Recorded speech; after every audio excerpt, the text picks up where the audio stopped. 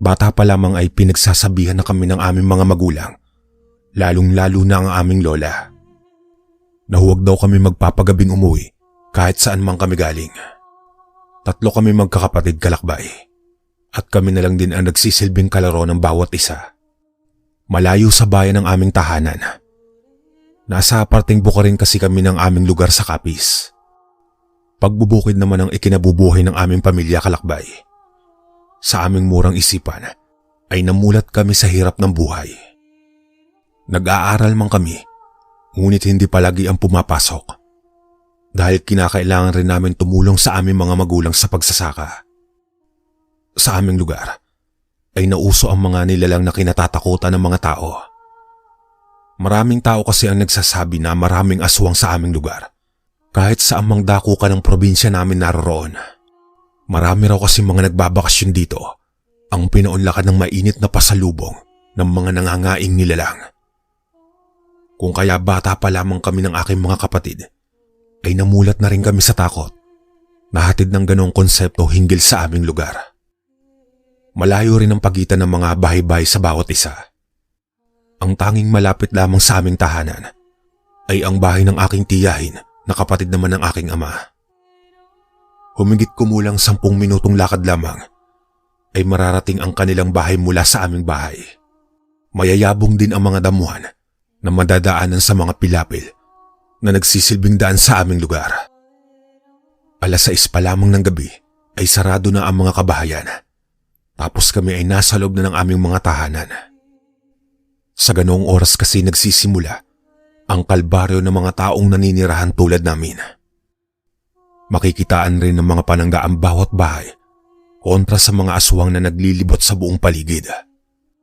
May mga bawang asin buntot ng pagi, bolo o itak na nakasabit sa mga bintana at pinto ng mga mumunting tahanan. Tanging lampara naman ang nagsisilbing ilaw ng mga taga roon sa madilim na gabi na puno ng pangamba sa mga susunod na mangyayari. Ang laging bilin sa amin ni Lola noon ay ang umuwi na maaga at huwag magpapagabi sa daan. Sindihan ng lampara na aming nagiging ilaw sa gabi sa aming bahay. Isara ang pinto at mga bintana. May mga pagkakataong kasing ginagabi na rin silang umuwi mula sa aming bukirin na medyo may kalayuan sa aming bahay. Kapag ganun ang mangyayari, ay labis na takot ang aking nararamdaman bilang isang panganay sa aming 3. Ako lang naman kasi ang maaasahan ng aking mga kapatid na labis na matatakotin dahil sa mga kwento ni Lola tungkol sa mga aswang. Isang hindi malilimutang alaala ang nangyari sa amin ng aking mga kapatid na hanggang ngayon ay binabalik-balikan pa rin namin pagkwentuhan. Ate, pakikuha naman po ako ng tubig. Nauuhaw po kasi ako. Pagsusumamong wika ng aking bunsong kapatid sa akin. Wala pa noon ang aming mga magulang, gayon din si Lola. Nasa bukid pa kasi ang mga ito at inaasikaso ang nanganak daw naming kambing. Takot man ako dahil sa mga samot-saring paghuni na aking naririnig mula sa paligid. Pero ginawa ko pa rin ang sinabi ng aking kapatid. Dala-dala ko ang isang lampara ay tinahak ko ang aming kusina. Nanginginig ang aking mga kamay na humahawak ng pitsil na sinasalinan ko ng tubig mula sa aming iniigibang container. Nanindig ang aking mga balahibo nang may kung anong kaluskos akong narinig mula sa nipang bubungan namin. Dali-dali kong pinuno ang pitsil at napatakbo sa 2 kong kapatid. Nagmasid lamang ako at nakinig sa buong paligid. Hindi ko pinahalata sa aking mga kapatid ang takot na aking nararamdaman. Maya-maya pa, kalakbay, ay may kumatok sa aming pintuan na gawa sa kawayan. Inay, Itay, Lola. Pag-iisa-isa kong tawag sa kanila. Dahan-dahan akong lumapit sa aming pinto na nakatali na mahigpit. Naalala ko kasi ang sabi ni Lola sa amin. Huwag mong pagbubuksan ang kumakatok sa pinto kung hindi sumasagot kapag tinawag mo. Muli akong nagsalita sa harapan ng pinto. Lola, kayo na po ba iyan? Natatakot man ay nagpakapanatag na lamang ako. Risa, nabunutan ako ng tinik sa aking dibdib nang marinig ang boses ni Lola. Ate, hindi po iyan si Lola. Kaya napalingon ako sa aking kapatid na si Maricel. Hindi ko mang gustong buksan ang pintuan, pero tila may bumubulong sa akin na buksan ito. Muli akong humarap sa aming pintuan at iniangat ang aking mga kamay papunta sa lubid na nakatali dito. Kaunti na lamang kalakbay ay malapit ko na sanang matapos ang pagkalag ng tali ng pinto. Ngunit may narinig akong sigaw. "Risa, huwag mong bubuksan." Boses iyon ni tatay. Sumisigaw ito na tila may nangyayari sa labas ng aming bahay. Bigla namang napaiyak ang aking mga kapatid na napatakbo pa sa aking pwesto. Ilang sandali pa kalakbay ay sunod-sunod na ang pagkatok sa aming pintuan. Binuksan ko naman ito at tumambad sa akin ang aming mga magulang. Kabado ang mga ito at kitang-kita ang pag-aalala. Dali-dali naman nilang isinarado ang pinto, tapos ay naghanda ng itak at ng buntot ng pagi sina tatay. Ang sabi naman ng lola, mabuti na lamang at hindi ko binuksan. Nagtaka naman ako sa sinabi nito. "Lola, sino po ba ang narinig kong kaboses ninyo?" Tanong ko rito. "Wala iyon, apo. Sa susunod ay huwag kang magbubukas ng pinto kapag tinawag ang pangalan mo at hindi ka sinagot kapag nagtanong ka. Hintayin mong kumatok ng ilang beses muna," ang tanging sinabi sa akin ni Lola. Pero hindi ko man maintindihan ay napasang-ayon na lamang ako. Kinaumagahan noon kalakbay ay napadalaw sa aming bahay ang aking tiyahin. Nagkwento ito sa nangyari ng gabing iyon sa kanilang tahanan. Lumabas daw kasi ng kanilang bahay ang kanyang asawa dahil may naaninag na tao mula sa kanilang bintana na nakalimutang isara ng kapatid nito. May nakita raw itong taong nagmamasid sa kanilang bahay. Pero nung nasa labas na raw ang asawa nito, ay nagulat ito sa kanyang nasaksihan. Sa harap kasi ng puno ng star apple na malapit sa taniman ng kaping barako na pagmamayari nila, ay nakita nito ang isang taong nakaupo habang tinatanaw ang buong bahay nilang mag-asawa. Unti-unti pa raw itong lumapit sa aking tiyahin, na naging dahilan naman ng pagtakbo ng aking tiyahin sa loob ng bahay nila at kinuha ang tinatawag nilang garab na ginagamit sa pag-ani ng palay. Pero pagbalik nito ay wala na raw ang taong nakita niya. Sa hindi kalayuan naman ay natanaw nito ang isang itim na baboy ramo na tumatakbo sa parting kakahuyan.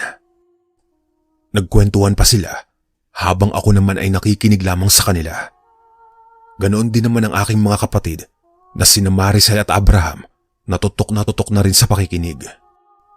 Napag-alaman ding nagdadalang tao pala ang aking tiyahin ng 2 buwan. Kaya pala wala nang humpay ang paglilibot ng mga aswang na sabik sa laman loob ng mga tao, lalong-lalo na sa amoy ng sanggol na nasa sinapupunan ng isang buntis. Magdoble ingat kayo, Alice. At kung maaari ay huwag ninyong patayin ang mga lampara nagsisilbing ilaw ninyo sa bahay. Hayaan nyo kapag malapit ka ng mga anak ay doon na muna ako matutulog sa bahay ninyo. Saad ni Lola sa aking tiyahin na agad naman itong sinang-ayunan. Hindi naman nagtagal na si Tia Alice sa bahay at umuwi na rin. Nagpasya na rin sina tatay na aalis na papuntang Bukirin. Hindi na nila isinama pa si Lola para may tagabantay raw muna kami dahil baka mangyari na naman ang nangyari kagabi. Nang araw na iyon kalakbay, tanging paglalaro lamang ang aming ginawa ng aking mga kapatid. Si Lola naman ay abala sa paglilinis ng aming bahay. Inililipat nito sa bagong pwesto ang mga bagong tanim nito kasama ang mga dating tanim na alaga nito. Naghahabulan kami ng aking mga kapatid. Wala kasi kaming pasok noon kalakbay dahil araw ng Sabado iyon. Nilibot namin ang mga pilapil na nagsisilbing daanan namin habang tumatakbo at masaya naghahabulan. Na ilang metro lang ang layo naming 3 sa aming bahay. Panay naman ang tawag sa amin ng aming Lola Carlita. Sumisigaw pa itong huwag kaming masyadong pumunta sa malayo at baka hindi kami nito matuunan ng atensyon dahil abala ito sa paglilipat ng kanyang mga tanim. Pero bilang panganay kalakbay, ay ako ang tagapagbantay ng aking mga kapatid. Hanggang sa hindi namin namalayan ng oras at nawili kaming 3 sa paglalaro. Maya-maya pa ay tinawag na kami ni Lola, pero dahil nagtataguan pa kami, ay hinanap muna namin si Maricel at Abraham. Sa ilang minutong paghahanap namin kalakbay, ay ang nakita lang namin ay si Maricel.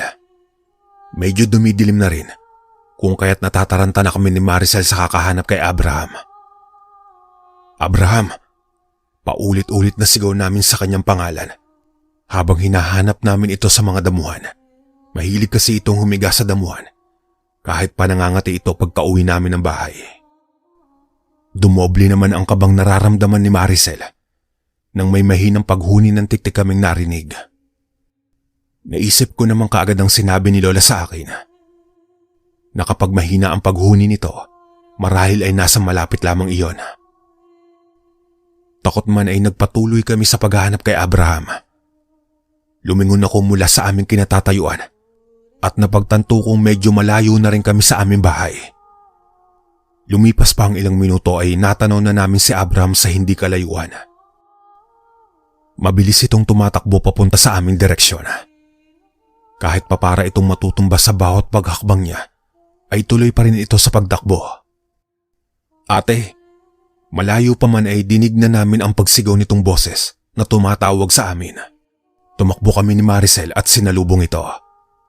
Batid kong mag-aalas 6 na iyon ng gabi, kung kaya nagsisimula na rin ang paghuni ng mga tiktik na nasa paligid lamang. Binuhat ko ang aking bunsong kapatid at tumakbo pa uwi sa aming bahay. Naging mas maingay pa ang paligid. May mga kuliglig na rin na sumasabay sa bawat pagpagaspas ng mga dahon ng mga punong kahoy. Ang malalagong damuhan ay sumasayaw rin kasabay ng pag-ihip ng malamig na hangin na dala rin ng malamig na panahon. Walang lingon-lingon ay patuloy lang kami sa pagtakbo dahil natatakot na rin kami. Hanggang sa marating namin ang bahay. Hingal na hingal pa kaming dalawa ni Maricel dahil sa mabilis na pagtakbo. Pinagalitan pa kami ni Lola dahil sa aming ginawa. Mabuti naman at naisipan niyo pang umuwi. Kung hindi pa naging maugong ang mga paghuni ng tiktik sa paligid, ay hindi pa kayo uuwi. Galit man ay bakas sa tono nito ang pag-aalala. Dumiretso na lamang kami sa loob ng bahay at naupo sa harap ng lampara sa aming katre. Binigyan naman kami ni Lola ng tubig, tapos ay isa-isa niyang isinarado ang mga bintana. Itinali rin na mahigpit ang aming pintuang kawayan. Ilang sandaling pananahimik pa habang naghihintay sa aming mga magulang na umuwi galing bukid, ay isang kaluskos sa aming dingding ang aming narinig. Sumenyas naman si Lola na huwag maingay. Mula sa siwang na maliit sa aming bintana, ay sinilip ni Lola ang nasa labas nito. May hawak rin itong garab, bilang gamit nito kung sakaling may nangyayari. Akmang itutusok na sana ni Lola Carlita ang hawak nitong garab. Ngunit may narinig kaming parang ibon na lumipad at dumapo sa aming bubungang gawa sa nipa. Yakap-yakap ko naman ang aking mga kapatid dahil natatakot ang mga ito. Pinasadahan ni Lola ng tingin ang aming bubong at nagmasid sa bawat galaw nito. Nakikinig sa kung ano ba ang nangyayari roon sa itaas. Para bang may mabigat na kung ano mang naglalakad sa aming bubungan dahil sa ingay na nagmumula doon. Tanging lampara lamang ang aming nagsisilbing ilaw. Pero wala pa rin kaming imik ng aking mga kapatid dahil sa labis na takot na aming nararamdaman ng mga oras na iyon. Sa labas naman ng aming bahay ay may naririnig na kami mga taong papalapit habang nag-uusap. Marahil ay sina tatay at nanay na ang mga paparating na iyon. Bigla namang nawala ang ingay at kung ano man ang nasa itaas ng aming bubungan. Para bang walang bumisitang aswang sa amin. Dahil sa pagtahimik ng ingay na nagmumula rito ng mga ilang minuto lamang ang nakaraan bago tumawag si tatay at nanay mula sa labas ng aming pinto. Ramon, Emma, kayo na ba iyan? Tanong naman ni Lola Carlita sa mga ito. Opo, inay. Pakibukas naman po ng pintuan. Tugon naman ni nanay na agad namang sinunod ni Lola. Pumasok na ang aming mga magulang, kung kaya muling isinara at mahigpit na itinali ang aming pintuan. Nagtanong naman ang aming mga magulang kung ano ang nangyari, kung kaya ay kinuwento naman ni Lola Carlita ang lahat na nangyari sa amin. Matapos ang ilang minutong pagkukwentuhan, ay nagpasya na kaming kumain na ng aming hapunan. Natapos na kami sa aming pagkain kalakbay at si nanay na ang naghugas ng aming mga pinagkainan. Batid kasi nitong natatakot kami ni Marcel na maghugas ng pinggan kahit pa nasa loob lamang kami ng bahay. Tuwing umaga at tanghali lamang kami naghuhugas ni Maricel at si nanay at lola naman tuwing gabi. Dahil sa pagod naming lahat sa kani-kaniyang gawain, ay agad na kaming nagpahinga at natulog. Matapos ang lahat ng mga gawain namin ng gabing iyon. Halos sa araw-araw na aming pamumuhay, ay tila palagi kaming nagtatago at nakikipaglaban sa kung anumang mga nilalang tuwing sasapit ang gabi. Natanging nagsisilbing ilaw lamang ay ang mga lampara na minsan ay hindi rin namin maiwasang mamatay ang apoy dahil sa ihip ng malamig na simoy ng hangin. Kung tutuusin ay wala namang may gusto ang ganon na konsepto ng pamumuhay sa araw-araw. Ngunit wala kaming magagawa dahil naroroon kami sa lugar na iyon. Ang tanging naming nagagawa lamang ay ang makipagsapalaran sa araw man o gabi habang kami ay nabubuhay. Naging abala na sa bukirin ang aming mga magulang ng mga sumunod pang mga buwan dahil malapit na ang tag-ani ng mga pananim naming mga palay. Madalas kaming maiwang tatlo ng aking mga kapatid tuwing sumasama si lola sa aking mga magulang. Kaya unti-unti ko na rin sinasanay ang aking sarili. Sa tuwing kami lang ng aking mga kapatid ang tao sa bahay. Hanggang sa naisipan na rin naman nila na sa tuwing walang pasok o kung libang kami sa klase, ay paminsan-minsan nila kaming dalhin sa bukid o hindi kaya iiwan nila kami sa bahay nila Tia Alice at kukunin na lamang kapag hapon na para umuwi ng bahay. Setyembre noon, buwan ng tag-ani ng palay. 6 na buwan ng buntis ng mga panahong iyon ng aking Tia Alice. Dahil sa sinabi noon ni Lola na kapag malapit na itong mga anak, ay sa kanila na lamang ito matutulog pansamantala. Wala naman naging problema kina tatay at nanay iyon. Mabuti na rin para may karagdagang bantay si Tia Alice. Tumagal ng halos 2 buwan ang naging sitwasyon na ganoon. Nakikita pa rin naman namin si Lola na noon ay nasa bahay nila Tia Alice. Ngunit iba pa rin kapag nasa bahay namin ito natutulog at hindi malayo sa amin. Naalala ko pa ang kwento ni Lola sa amin nang minsan napadalaw ito sa bahay para maghatid ng niluto nitong biko.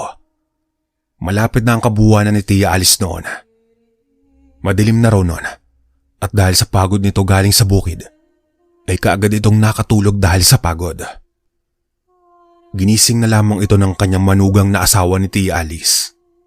Habang naghahapunan ng mga ito, ay muli silang dinalaw ng mga aswang na noon daw ay tila sabik na sa amoy ng sanggol na nasa sinapupunan ng aking tiyahin.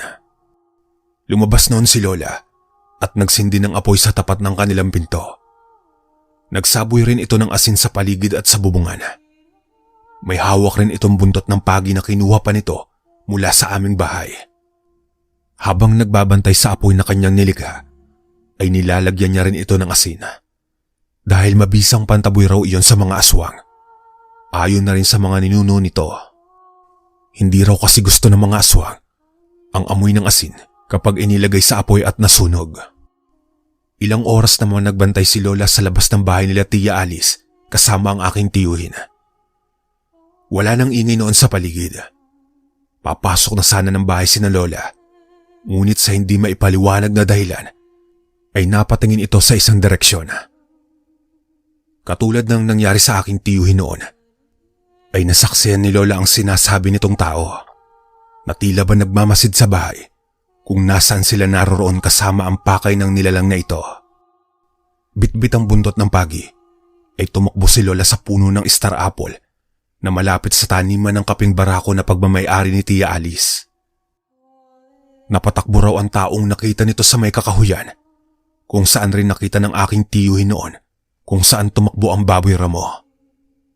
Hindi na nagulat si Lola nang makita ang unti-unting pagbabago nito ng anyo na mula sa pagiging tao na hinahabol niya ay naging baboy ramo tulad ng nakita ng aking tiyuhin.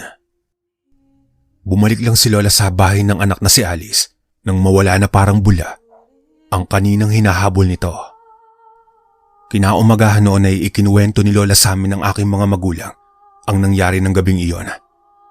Nagbiro pa nga raw si tatay na mag-iingat si Lola dahil baka hindi lamang si Tia Alice ang balikan ng aswang na iyon kung hindi pati si Lola mismo. Hindi naman ako natatakot doon. Kahit pa mag-away kaming dalawa sa gitna ng dilim, ay hindi ako aatras. Kumpiyansa naman si Lola sa kanya naging sagot kay tatay. Nagtanong pa nga ako rito kung paano nga kung mangyari iyon sa kanya. Hindi daw dapat katakutan ang mga nilalang na tulad nila dahil kapag natakot ka ay mas tatakutin ka pa nila. Yun lamang ang tanging na isagot nito sa aking tanong.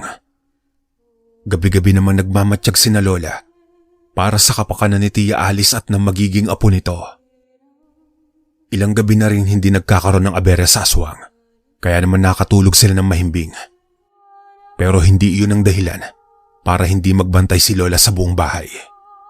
Dahil na rin sa matagal nang hindi natutulog si Lola sa bahay, ay nagpasya akong matulog muna sa bahay nila Tia Alice para makasama si Lola. Pumayag naman ang aking mga magulang. Pagkatapos ng pagbabantay nila Lola at ng aking tuyuin ay naghanda na kami upang matulog. Magkasama kami ni Lola sa kamang tinutulugan nito. Nauna akong matulog kay Lola dahil inihanda pa nito ang buntot ng pagi sa kanyang ulunan. Mag-aalas 12 noon ng hating gabi nang maalimpungatan ako dahil sa ingay na aking naririnig. Pagkamulat ng aking mga mata ay wala akong makita. Napakadilim ng paligid. Dinig na dinig ko naman ang mga malulutong na mura ni Lola na tila ba may kaaway ito na hindi ko nakikita. Dahil sa dilim ng paligid at tanging siya lamang ang nakikita ko. Nanginginig ba ng aking mga kamay dahil sa namumuong takot sa aking dibdib? Ay kinapa at sinindihan ko ang posporo at hinanap ang lampara. Nang makita ito ay agad kong sinindihan para magkaapoy ito at magkailaw. Napasigaw naman ako kalakbay nang makitang nakalutang si Lola sa ere. Para bang sinasakal ito dahil sa mga ungol na naririnig mula sa kanya. Lola, malakas na sigaw ko nang unti-unting bumabagsak ito sa lupa. Siguro dahil sa ingay na aking nalikha ay nagising ang aking tiyuhin at ang kapatid niya. May mga dala itong lampara at itak. Hindi rin nakaligtas sa aming pandinig ang isang ingay mula sa aming isang bintana. Tila ba may isang buko ang nalaglag mula sa puno ng nyog dahil sa tunog ng pagbagsak nito. Pinatayo namin si Lola mula sa kanyang pagkakabagsak. Tinignan namin ang leeg nito na may marka ng pagkakasakala. Hindi na natulog pa ang mga tao sa bahay ng gabing iyon at binantayan na lamang ang bawat ingay na nagmumula sa labas ng bahay. Nang sumunod na araw, ay pumunta sina tatay sa bahay ni Tia Alice at doon na rin nakitulog. Hindi na naulit pa ang pangyayaring iyon. Hanggang sa lumipas pa ang mga araw, ay nanganak na ang aking tiyahin sa isang napakalusog na sanggol na lalaki. Hindi pa rin nawala ang mga banta ng aswang sa bahay ng bagong silang na sanggol. Kaya napagpasya na lamang ni Tia Alice na ibenta ang kanilang lupain at umalis sa lugar namin. Gayon din kami ng aking pamilya. Ibinenta ang lahat ng aming lupain pagmamay-ari at nagsimula ng bagong pamumuhay sa malayo sa lugar kung saan ay palagi ang nasa peligro ang aming pamumuhay. Naging malayo na ang dati naming pamumuhay sa bago naming lugar na napuntahan. Nagkaroon ng maliit na negosyo na nagsisilbing hanap buhay ang aming pamilya. Dahil sa komplikasyon at katandaan, ay binawian na rin ng buhay si Lola. Gayon din ang aming mga magulang na pumanaw dahil sa mga komplikasyon sa pangangatawan. Sa katunayan ay mahigit 30 taon na nangyari ang lahat ng iyon. Ngunit sa hanggang ngayon ay tila parang kahapon lamang. May mga pamilya na rin kami ng aking mga kapatid at malayo na sa kapis ang aming lugar na kinaroroonan. Tanging sa mga kwento na lamang namin binabalikan ang dati naming pamumuhay sa tuwing nagkikita kami ng aking mga kapatid. Hanggang dito na lang po ang aking kwento mga kalakbay. Maraming salamat.